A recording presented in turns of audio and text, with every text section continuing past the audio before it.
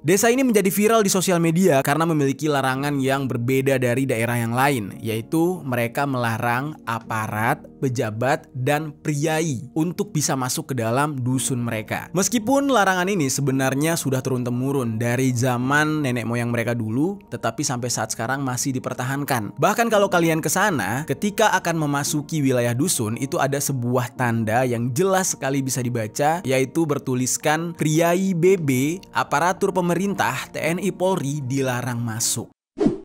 Yo geng, tekan tombol subscribe geng. Hey yo, what's good? Welcome back to Kamar Jerry.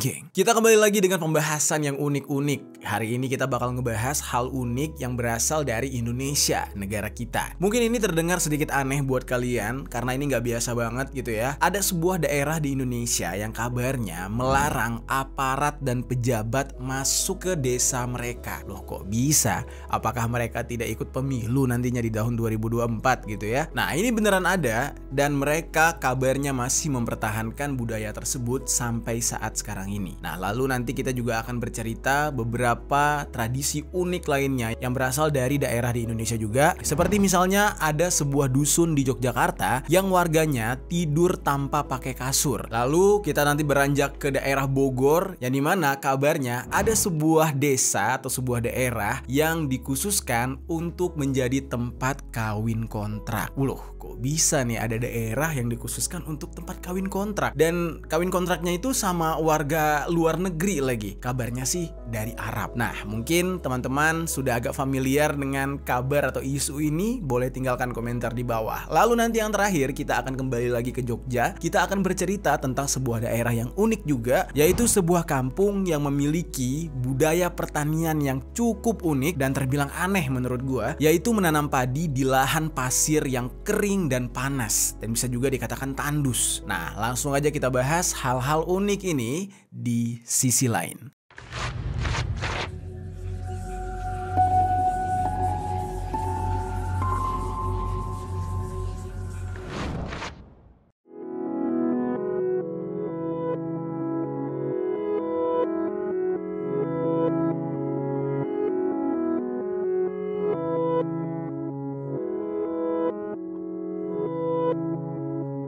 Untuk yang pertama kita akan membahas sebuah desa yang ada di Kediri yang melarang aparat serta pejabat untuk bisa masuk ke dalam desa mereka. Oke, nama daerah ini adalah Dusun Setono, Desa Tales, Kecamatan Ngadiluih, Kabupaten Kediri. Mungkin ada teman-teman yang berasal dari Kediri di sini, bisa tinggalkan komentar di bawah. Desa ini menjadi viral di sosial media karena memiliki larangan yang berbeda dari daerah yang lain, yaitu mereka melarang aparat, pejabat, dan priai untuk bisa masuk ke dalam dusun mereka. Meskipun larangan ini sebenarnya sudah turun-temurun dari zaman nenek moyang mereka dulu, tetapi sampai saat sekarang masih dipertahankan. Bahkan kalau kalian ke sana, ketika akan memasuki wilayah dusun, itu ada sebuah tanda yang jelas sekali bisa dibaca, yaitu bertuliskan priai BB, aparatur pemerintah, TNI Polri dilarang masuk. Wah, ini gue belum pernah menemukan dimanapun sebelumnya. Ya ini termasuk sebuah larangan yang cukup berani juga gitu ya. Nah mungkin gue jelaskan sedikit ya, apa itu priai. Kalau pejabat TNI Polri kalian udah pasti lumrah banget dengan kata-kata tersebut. Tapi priai ini apa? Priai adalah sebuah istilah dalam kebudayaan Jawa untuk orang-orang dengan kelas sosial tinggi, atau dengan sebutan lain tuh golongan bangsawan. Nah, dan biasanya mereka ini adalah orang-orang kaya keturunan kerajaan. Tapi geng, tulisan larangan yang ada di Dusun Setono ini menuliskan priai BB. Nah, ini priainya kategori khusus nih. Apa itu priai BB? Salah satu sesepuh dari dusun tersebut memberikan informasi kalau kata BB di kata priai itu merupakan sebuah singkatan yang berasal dari istilah bahasa Belanda, yaitu Binnenlands Bestuur. Istilah ini merujuk kepada pemerintahan dalam negeri pada saat era kekuasaan Belanda. Jadi pemerintahan Belanda dulu disebut dengan istilah tersebut. Binnenlands Bestuur ini juga memiliki istilah lain, yaitu Gewestelijk Bestuur, yang berarti pemerintahan daerah yang menjadi bagian dari birokrasi pemerintahan Hindia Belanda. Kedua istilah ini muncul pertama kali sejak diambil alihnya Persatuan Perusahaan India Timur atau VOC oleh pemerintah Belanda pada tanggal 31 Desember tahun 1799. Lalu sejak saat itu, urusan pemerintahan Hindia Belanda di wilayah Nusantara ditangani oleh government atau gubernur. Nah, jadi intinya istilah priai BB adalah priai atau bangsawan dari orang-orang yang bekerja sama dengan Belanda. Kurang lebih kayak gitu. Nah, lalu kenapa bisa mereka berani banget ya sampai sekarang masih memberlakukan larangan untuk masuk ke dusun mereka terhadap orang-orang tertentu ini, pejabat, TNI Polri, dan juga priai BB. Nah, ternyata ini ada sebuah mitos yang mereka percaya sampai saat sekarang ini. Mitosnya adalah apabila orang-orang yang dilarang masuk ini nekat masuk ke dalam desa mereka, maka nantinya kutukan dari seorang putri Kediri yang bernama Ambarsari itu bakal muncul. Nah, menurut salah satu sumber yang gue dapatkan nih ya, ini koreksi kalau gue salah nih. Jadi dikatakan pada zaman dahulu Putri Ambarsari itu melarikan diri ke wilayah Sentono ini, yang kemudian di sana dia bertemu dengan salah seorang pangeran yang berasal dari Keraton Solo. Nah, pangeran tersebut jatuh cinta dengan si putri ini, lalu dia mengajak si putri tersebut berkenalan dan mengaku kalau dia adalah seorang lajang alias belum memiliki pasangan. Nah, akhirnya terjadilah hubungan antara Putri Ambarsari dengan pangeran yang berasal dari Keraton Solo ini. Mereka sama-sama suka, sama-sama jatuh cinta, dan Putri Ambarsari mempercayai kalau status si pangeran Keraton Solo ini memang sedang single atau tidak punya pasangan. Lalu singkat cerita nih ya, setelah mereka hidup bersama, si pangeran ini meminta Putri Ambarsari untuk ikut bersama dia pulang ke Solo. Dan di saat itu Putri Ambarsari pun mengiyakan, dia mengikuti keinginan si pangeran. Nah, lalu mulailah mereka melakukan perjalanan menuju ke Solo. Tetapi sesampainya di Solo, tiba-tiba ketahuanlah ternyata si pangeran ini sudah memiliki anak dan istri. Dia tidak lagi lajang. Nah, Putri Ambarsari yang di saat itu mengetahui kalau ternyata si pangeran ini berbohong, dia kecewa banget. Dia langsung pergi cabut angkat kaki dari Solo. Di saat itu si Putri Ambarsari ini kabur, tidak diketahui keberadaannya. Namun si pangeran yang gak rela nih geng kalau si putri ini pergi, dia masih tetap menginginkan si Putri Ambarsari mengirimkan mata-mata untuk mencari keberadaan si Putri Ambarsari ini. Singkat cerita, akhirnya pangeran mengetahui melalui mata-matanya kalau Putri Ambarsari ternyata kembali ke Sentono. Nah, ternyata selama di Sentono, si Putri Ambarsari ini bersembunyi dan ikut dengan seorang janda tua yang memiliki ilmu hitam, atau dengan kata lain, dia ini seorang tukang tenung. Nah, tenung ini merupakan salah satu jenis ilmu hitam dan biasanya dikuasai oleh para dukun. Jadi bisa dikatakan janda tua ini adalah dukun ilmu hitam. Si mata-mata yang sudah bertemu dengan Putri Ambarsari ini mencoba untuk berbicara dengan Putri Ambarsari. Di saat itu si mata-mata ini memberanikan diri untuk membujuk Putri Ambarsari agar mau pulang lagi ke Solo dan bertemu dengan pangeran. Tetapi di saat itu bujukan tersebut ditolak oleh Putri Ambarsari, meskipun si mata-mata ini sudah terus-menerus memaksa dengan segala cara. Akhirnya Putri Ambarsari ini merasa risih karena setiap hari si mata-matanya ini itu terus-menerus mencoba untuk merayu si putri agar mau balik ke Solo. Dan di tengah-tengah kerisihannya dia ini, dia pun membuat sebuah sumpah atau membuat sebuah ketukan bahwa siapa saja orang-orang atau keturunan keraton yang datang ke Sentono itu akan mati. Dan ternyata kutukan itu benar-benar terbukti. Beberapa dari keturunan Keraton Solo yang merupakan para bangsawan itu datang ke sana, namun tidak berakhir dengan selamat. Mereka pasti sakit-sakitan lalu meninggal dunia. Tersebarlah tuh berita tentang kutukan ini. Kalimat-kalimat sumpah yang diucapkan oleh Putri Ambarsari ini membuat orang-orang dari keraton benar-benar ketakutan, dan bahkan ketakutan ini sampai menyebar ke zaman Belanda. Menyebar dari mulut ke mulut, termasuk ketika Belanda menguasai Indonesia di saat itu. Akhirnya semua pejabat daerah atau orang-orang yang masih memiliki keturunan bangsawan di saat itu diminta untuk menjauhi wilayah Sentono karena berbahaya bagi keselamatan mereka. Wah,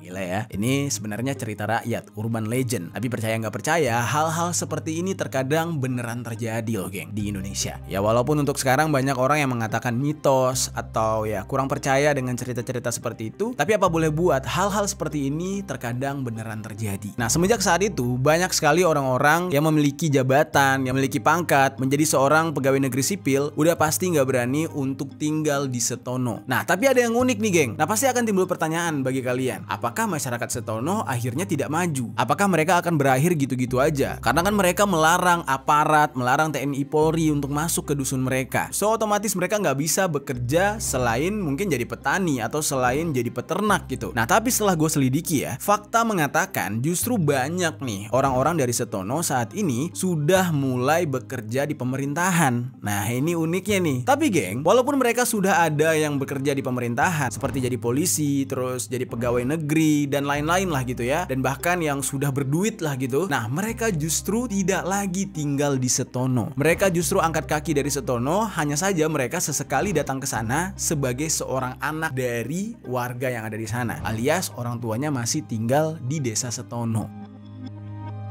Wah ini lucu banget nih. Karena kenapa? Berarti orang-orang di Setono itu masih mempercayai kutukan tersebut. Mereka yang sudah menjadi polisi, TNI atau justru mungkin pejabat gitu ya, memilih untuk tinggal di sana karena takut kutukan tersebut akan berbalik kepada mereka. Jadi lebih baik mereka datang ke Setono hanya untuk mengunjungi orang tua atau keluarganya tanpa ada embel-embel sebagai seorang aparat atau sebagai seorang pejabat. Gila ya, sampai segitunya loh percaya dengan tradisi turun-temurun.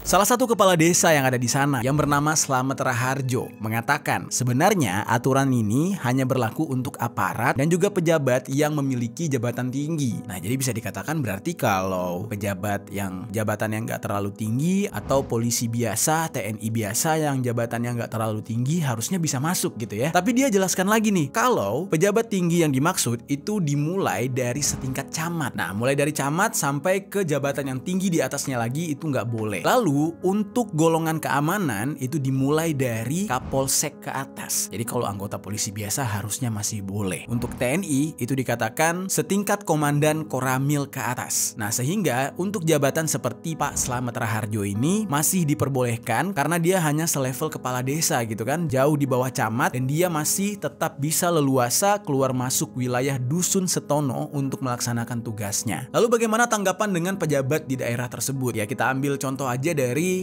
tingkat kecamatan. Nah ternyata mereka mengiyakan fenomena ini. Keterangannya itu datang dari seseorang yang bernama Nadirin. Dia ini adalah sekretaris di kecamatan Ngadiluih. Dia bilang kalau layanan pemerintahan di wilayah dusun Setono memang berjalan demikian, tetapi semuanya tetap berjalan aman dan lancar karena larangan tersebut jauh sebelum sistem pemerintahan dibentuk. Jadi mereka mengikuti aturan adat istiadat setempat. Ya kalau ada urusan-urusan tentang kecamatan hanya perwakilan yang datang, Pak Camatnya nggak boleh. Nah kenapa pihak pemerintahan sekelas kecamatan atau setingkat kecamatan menghormati aturan ini? Nah hal ini dikatakan kepercayaan masyarakat dusun Setono dinilai merupakan salah satu kekayaan tradisi dan kearifan lokal yang harus tetap dipelihara dan harus dijaga karena untuk para abdi negara memang harus menjaga sikap-sikap mereka tidak boleh melanggar norma-norma di daerah-daerah tertentu. Nah ini sebenarnya patut diapresiasi ya geng. Mungkin ada nih teman-teman yang berpikiran yang akan mengatakan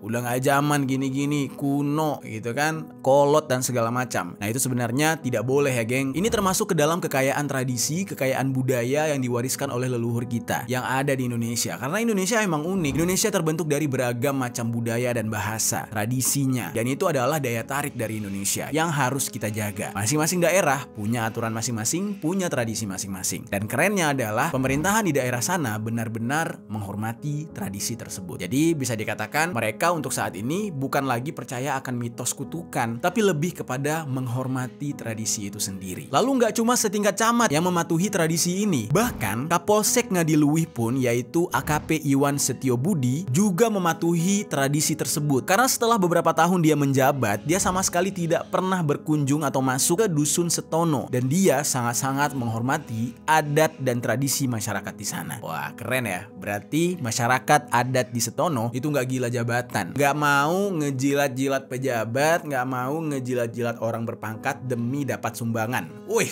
top, itu keren. Itu baru masyarakat yang memiliki harga diri. Nah, karena seperti yang kita tahu ya, apalagi dekat musim pemilu kayak gini, banyak masyarakat-masyarakat yang menjual harga dirinya demi mendapatkan simpati dari pejabat-pejabat, dan hal ini tidak bisa terjadi kepada masyarakat Setono. Mantap banget. Sebenarnya nih geng, selain di Dusun Setono, di Kediri sendiri ada satu desa lagi, yaitu Dusun Gempol Garut yang memiliki larangan kurang lebih mirip dengan Dusun Setono. Hanya saja larangan tersebut dibuat dengan alasan yang berbeda, jadi backgroundnya beda gitu. Kalau di Dusun Setono tadi berawal dari sebuah mitos, nah tetapi di Dusun Gempol Garut itu larangannya dikarenakan pada zaman dahulu warga mereka tidak mau lagi mengikuti peraturan pemerintahan Belanda, sehingga di saat itu mereka melawan Belanda, dan ternyata tradisi itu sampai saat sekarang ini turun-temurun dan diadaptasikanlah ke pemerintahan saat ini. Tapi bukan berarti mereka melawan pemerintah saat ini ya geng, tapi lebih ke tradisinya. Masyarakat Dusun Gempol Garut di saat itu menolak dengan segala aturan yang dibuat oleh pemerintah kolonial Belanda. Salah satunya adalah masalah pajak yang diwajibkan oleh pemerintah Belanda di saat itu. Dan semenjak saat itu mereka menyumpahi setiap pejabat Belanda yang masuk ke dusun mereka itu akan lengser dari jabatannya, bahkan bisa berakhir dengan kematian. Nah, semenjak saat itulah banyak pejabat-pejabat yang sampai saat sekarang ini, walaupun Indonesia sudah merdeka, memilih untuk menghormati tradisi tersebut. Oke, sekarang kita ke desa unik selanjutnya. Desa kali ini dijuluki sebagai desa kawin kontrak.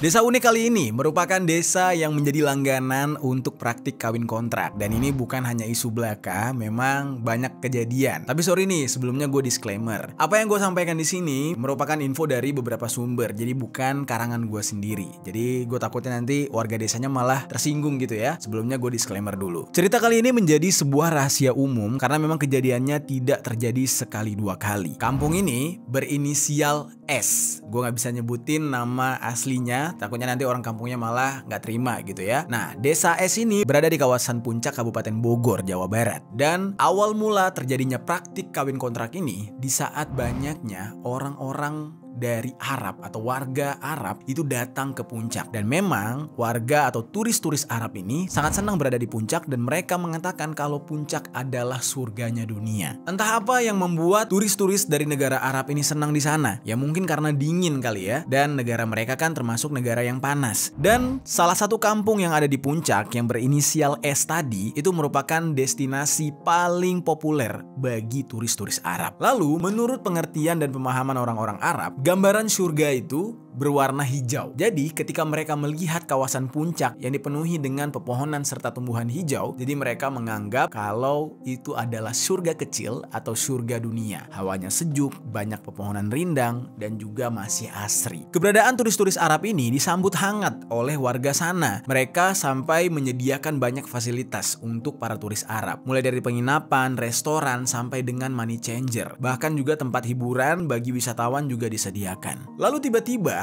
entah kapan dimulainya gitu ya, ada sebuah praktik yang sebagian besar dianggap negatif, yaitu praktik kawin kontrak. Dari sumber yang gue dapatkan, dikatakan orang-orang Arab yang berada di sana sering melakukan kawin kontrak dengan gadis-gadis sekitar itu untuk jangka waktu 1 sampai dengan 3 bulan. Dan tujuan dari kawin kontrak ini sebenarnya cukup menguntungkan bagi pihak si wanita, yang mana mereka itu setelah kawin kontrak akan mendapatkan bayaran 30 sampai 50 juta rupiah. Dan kawin kontrak ini biasanya dilaksanakan secara diam-diam di sebuah villa yang ada di Puncak. Banyak yang tergiur ya dengan tawaran dari turis-turis Arab ini. Sebenarnya ini cukup beresiko, karena yang pertama nggak cuma persoalan dosanya gitu ya, karena kan mempermainkan ibadah. Menikah itu kan ibadah, baik di agama manapun. Nah, resiko yang kedua adalah apabila si perempuan tersebut hamil, maka si orang Arab atau turis Arab itu bisa saja tidak bertanggung jawab atas anak yang dilahirkan. Nah, tetapi tidak tertutup kemungkinan juga ada yang bertanggung jawab demi si anak gitu ya, mengirimkan nafkah dan lain-lain. Tetapi bagi mereka yang tidak beruntung, maka si perempuanlah yang akan mengurusi anak tersebut hingga anak tersebut besar. Saking banyaknya wanita-wanita di sana yang melakukan kawin kontrak dengan turis-turis Arab, akhirnya kampung yang berinisial S ini banyak keturunan-keturunan Arabnya, anak-anak keturunan Arab campuran, dan tempat ini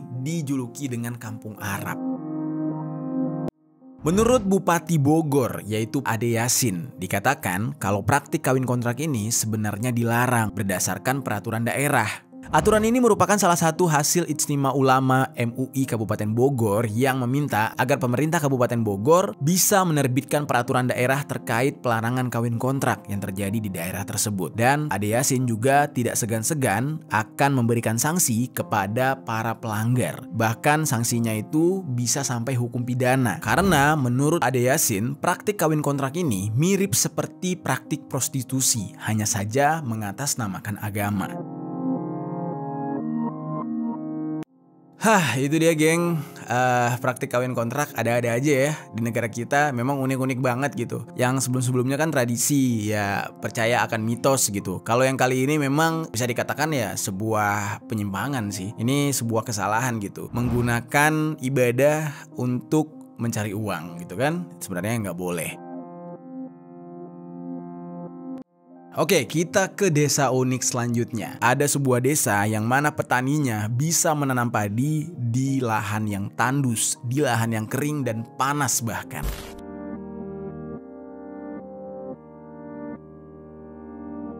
Seperti yang kita ketahui ya, jika kita ingin menanam tumbuhan, pasti kita akan mencari tempat yang subur, tanah yang subur, dan basah biasanya. Nah, berbeda dengan yang terjadi di Bantul, Yogyakarta. Ada sekelompok petani dari sebuah desa yang bisa menanam padi atau bercocok tanam di atas pasir yang tandus, kering, dan panas. Kok bisa nih? Apa yang mereka lakukan? Nah, kabarnya lahan pasir yang terletak di Kabupaten Bantul ini dulunya benar-benar tidak bisa ditanami apapun, sehingga masyarakat di sana agak kesulitan mencari mata pencaharian, dan akhirnya beberapa kelompok di sana mencoba untuk mencari cara agar tanah yang mereka tempati itu bisa dimanfaatkan untuk bercocok tanam. Untuk kondisi lahan pasir itu saat ini, bahkan para petaninya bisa menanam berbagai jenis tumbuhan seperti ketela, cabai, pepaya, bahkan sampai ke padi. Padi yang biasanya kita lihat selalu ditanami di wilayah yang berlumpur, basah, tergenang air gitu ya. Nah, kali ini justru bisa ditanam di lahan yang tandus dan kering. Dan jenis padi yang dipilih merupakan padi varietas rawa berjenis Cilamaya. Dan jenis padi Cilamaya ini merupakan padi varietas tahan air genangan dengan produktivitas tinggi yang bisa mencapai 9 ton gabah kering per hektarnya. Dan padi ini sudah dikembangkan cukup lama di lahan pasir milik warga. Jadi warga di sana yang melakukan tes itu sendiri atau melakukan uji coba sendiri mencari cara agar bisa menanam padi di lahan yang tandus.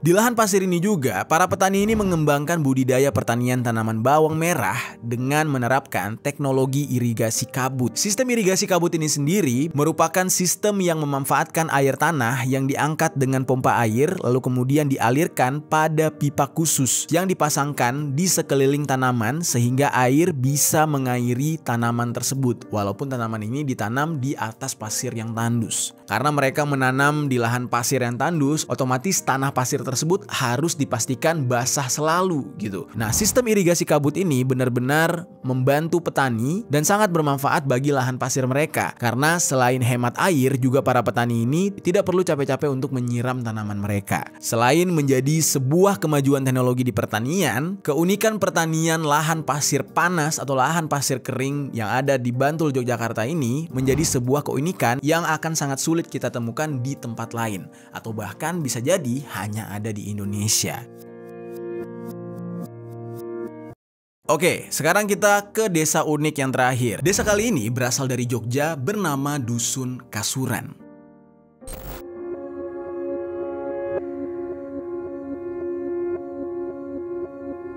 Nah, desa Kasuran ini cukup unik ya menurut gua. Dari namanya tuh ada unsur kata kasur, kasuran gitu kan. Tetapi justru di desa ini ada mitos yang mengatakan bahwa masyarakatnya itu dilarang untuk tidur di atas kasur.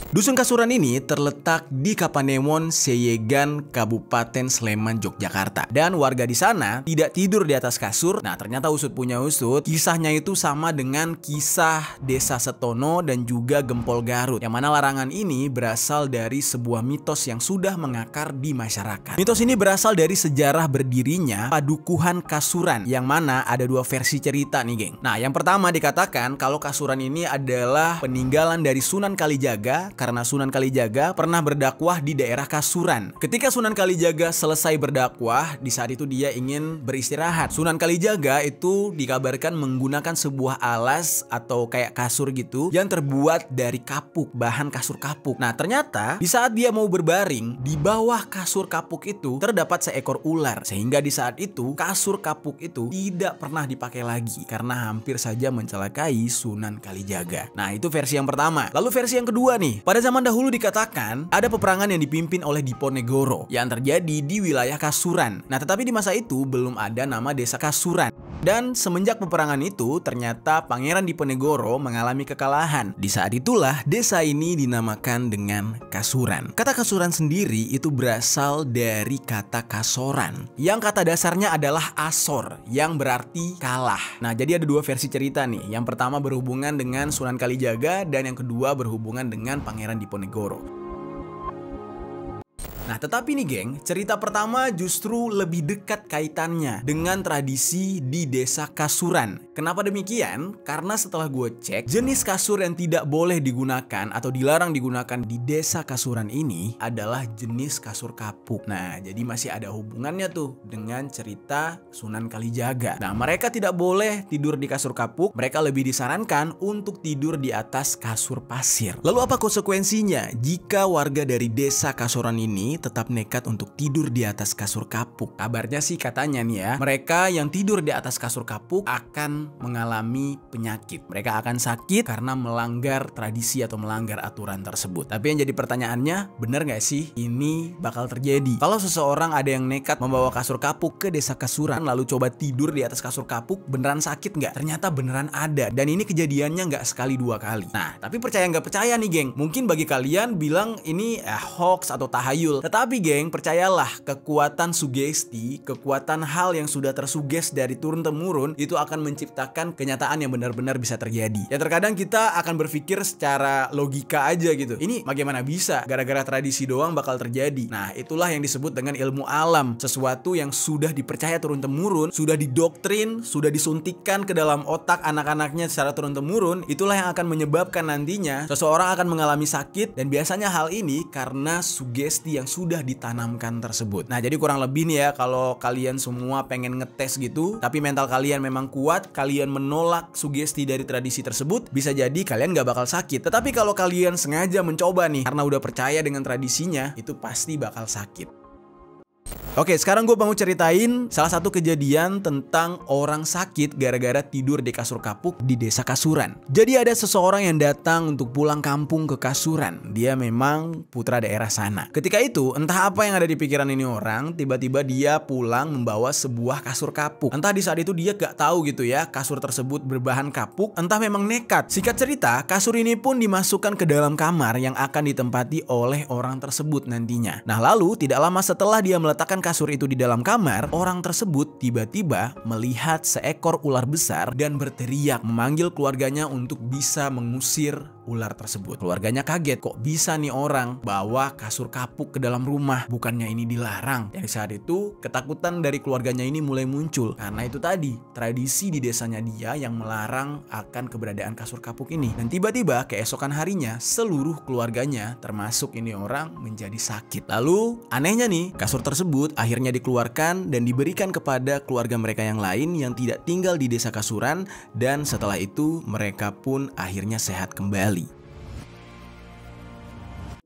Nah, ini nih geng yang disebut dengan sakit karena sugesti. Karena mereka sudah percaya dengan hal tersebut, akhirnya tertanamlah di dalam otak mereka, wah ini dilarang, gua bakal sakit, kita sekeluarga bakal sakit. Dan sakitnya pun terjadi. Nah, jadi bisa dikatakan keluarganya ini sakit karena pikiran mereka sendiri.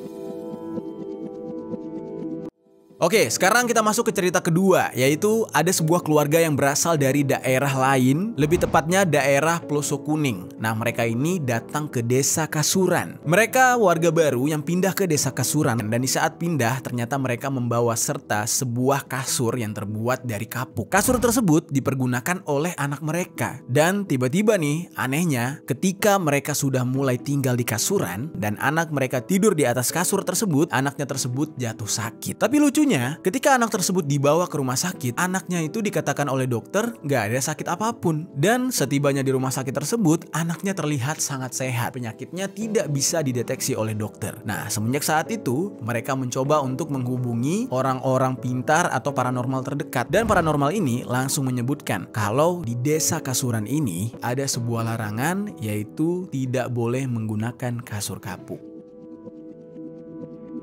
Nah, di kasus yang kedua ini berbeda nih geng dengan kasus yang pertama. Kalau kasus yang pertama, kita bisa menganggap itu hanya sebuah sugesti. Dia sakit gara-gara kepikiran. Tapi di kasus yang kedua, ini orang kan nggak tahu apa-apa. Yang otomatis selama ini berarti tidak ada doktrin, tidak ada sugesti yang mengatakan kalau di desa tersebut tidak boleh menggunakan kasur kapuk. Tapi kenapa tetap bisa sakit? Apakah kutukan atau larangan di desa tersebut benar-benar bekerja? Atau mungkin ini hanya sebuah kebetulan aja? Gimana tuh menurut kalian? Coba tinggalkan komentar di bawah. Dan masih banyak kejadian-kejadian lainnya yang terjadi di desa Kasuran ini. Dan semua cerita ini berasal dari masyarakat di sana. Jadi bukan karangan belaka karena kejadiannya benar-benar ada, geng. Lalu semenjak itu, tanpa ada yang melarang, tanpa ada orang-orang yang memperingatkan lagi, masyarakat di desa Kasuran dengan sendirinya akhirnya mempercayai tradisi turun-temurun dari nenek moyang mereka tersebut benar-benar bekerja. Dan semenjak itu, mereka benar-benar menjaga tradisi tersebut dan tidak pernah menggunakan kasur kapuk.